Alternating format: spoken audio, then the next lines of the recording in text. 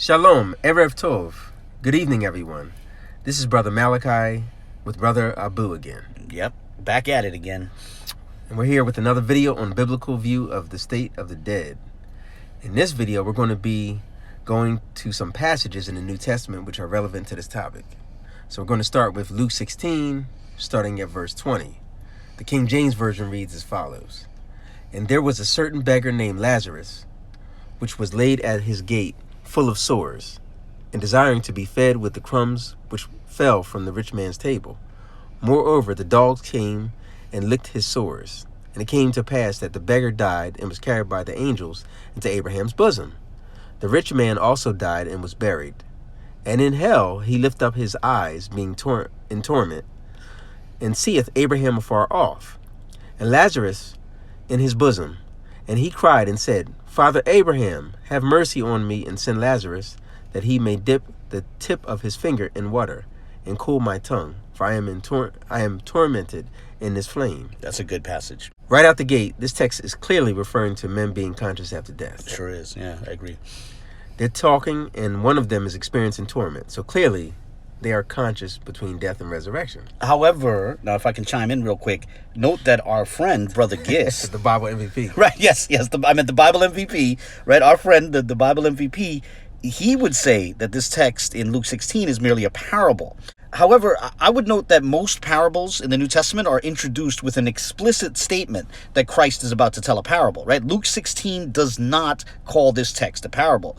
But even if it were a parable, it still raises a question, what would that parable be referring to, right? Because, parables, will include elements from reality, like they'll refer to kings and servants and shepherds and sheep and stuff like that, right? So I think that we can feel fairly confident that if this was a parable, it would be referring to, at least in part, to the reality of life after death. And that's a life in Hades, or as the King James calls it, hell. Right, Brother Abu. Speaking from the King James references to hell, Matthew 10:28 says, Fear not them which kill the body, but are not able to kill the soul, but rather fear him which is able to destroy both soul and body in hell. In hell, soul and body. Exactly. So now we have to ask ourselves, is this a parable too? The text clearly makes a distinction between body and soul, and alludes to how if a mere human kills you while your body is destroyed, your soul continues to exist.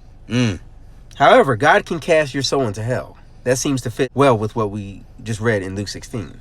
Agreed. And also note that the rich man was tormented in fire in Luke 16, right? So that raises another question. Is there fire in hell? You just read the text from Matthew 10, but also Matthew 5:22 says, Whosoever shall say thou fool shall be in danger of hell fire, at least in the King James. Now, that seems to make it pretty clear that there is fire in hell, and it raises this question. What would be the point of such fire unless it's for tormenting the soul, right? Suffering torment would require consciousness. Exactly. Also, in Revelation 20 talks about the dead being brought out of Hades and being cast into the lake of fire. But if we can return back real quickly to Luke 16, I'd like to read verses 27 and 28, and they read as follows. Then he said, I pray thee therefore, Father, that thou wouldest send him to my father's house. For I have 5 brethren, that he may testify unto them, lest they also come into this place of torment. And that was the rich man in Hades who said that. While the proposal was ultimately rejected, the request presupposes the ability of the dead to communicate with the living. Yeah, and the man who said that, the man who presupposed that the dead could interact with the living, this is a man who was already in Hades. This is a man who's already experienced the afterlife. Right. Having said that, let's close this out with the 1 Peter chapter 3. Yes, 1 Peter 3 is actually a good text. Now I'm going to read the verses 18, 19, and 20, which reads as follows. For Christ also hath once suffered for sins, the just for the unjust, that he might bring us to God, being put to death in the flesh, but quickened by the Spirit, by which also he went and preached unto the spirits in prison, which sometime were disobedient, and once the longsuffering of God waited in the days of Noah, while the ark was a preparing, wherein few, that is, 8 souls were saved by water. Right. If I can chime in right here, we need to break that down, right? So the text implies that Christ died and then went to preach to spirits in a quote-unquote prison, right? And the text also makes clear that these were the spirits of people who were disobedient in the time of Noah, and therefore these are people who died in Noah's flood. So these are people who died long before the time of Christ, and their spirits were placed in some kind of quote-unquote prison. You know, and after what we read in Luke 16 and Revelation 20, which you also brought up, I would propose that this quote-unquote prison is Hades. Right, I agree. Also, let's ask this question. What would be the point of Jesus preaching to spirits if they weren't conscious? In order for them to understand and receive that preaching, they would have to be conscious, right? Yeah. And to me, this would imply a conscious existence between death and resurrection. Right, but our friend, Brother Gist... The Bible MVP. Right, I'm sorry, the Bible, right, the Bible MVP. Our friend, the Bible MVP, claims that the text in 1 Peter 3 is engaging in a bit of parenthetical thought, right? So he says that Christ was present in the time of Noah. That's what he claims. He claims that the text is saying that Christ was present in the time of Noah and preached to those people before they died. So basically, our friend is saying that the text is like abruptly making a segue back to the past. But there's no textual indicator in the passage even implying that.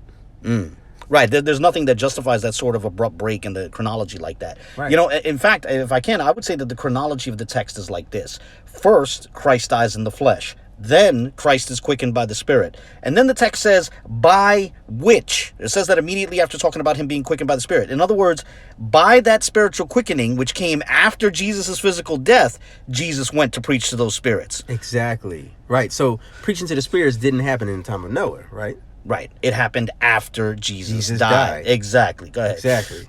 And on top of that, the text calls them spirits. Spirits! Right. Spirits. Brother Gist might want to treat...